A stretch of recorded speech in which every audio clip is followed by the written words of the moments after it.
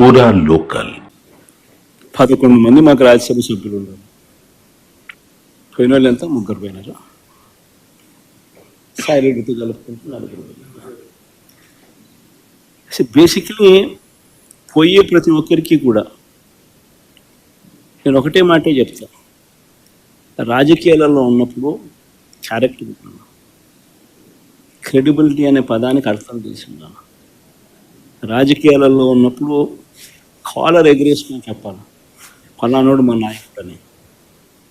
అది ముఖ్యమంత్రి అయినా సరే, ఎమ్మెల్యే ఎంపీ అలాంటి ఆయనైనా సరే, ఎమ్మెల్యే అయినా ఇలాంటి అయినా సరే, ఎవరి గురించి అయినా కానీ ఇట్లా గొప్పగా చెప్తాం.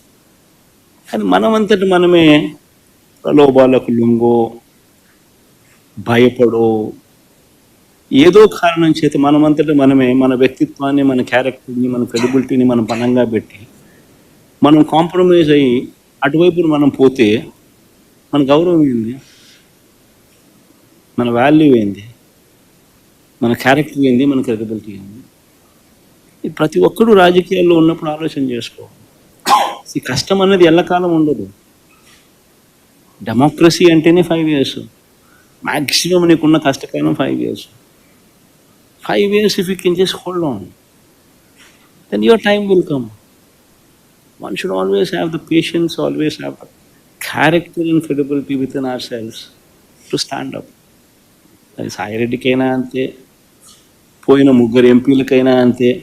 ఒకవేళ నువ్వు చెప్తా అన్నట్టు ఇంకా ఒకడో అరో ఇంకా పోయే కార్యక్రమం జరిగితే వాళ్ళకైనా ఇంతే. ఒకటి చెప్తా ఉన్నా, వైఎస్ఆర్సీపీ ఈరోజు ఉంది అని అంటే అది వీళ్ళందరి వల్ల లేదు.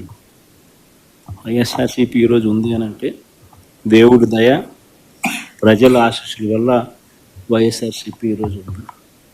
ఒక లీడర్గా మనం ప్రవర్తించే తీరు తలెత్తుకునే విధంగా ఉండేట్టుగా ఎప్పటికీ ఉంటే ప్రజలు ఎప్పుడూ ఆశీర్వదిస్తారు.